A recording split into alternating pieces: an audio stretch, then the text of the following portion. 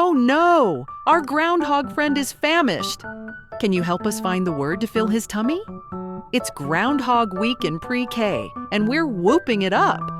So we're going to play a little game called Dice Game Groundhog. So every number on the dice has a question that I will ask you guys. Alright? Roll the dice and discover all the quirky things groundhogs do. 4. Tell us something you learned about groundhog. You want to tell us how a groundhog whistles? Can you whistle?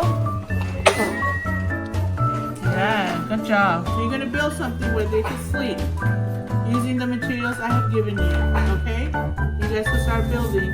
Architect mode activated. Sleeping chambers? Check. Secret tunnels? Double check.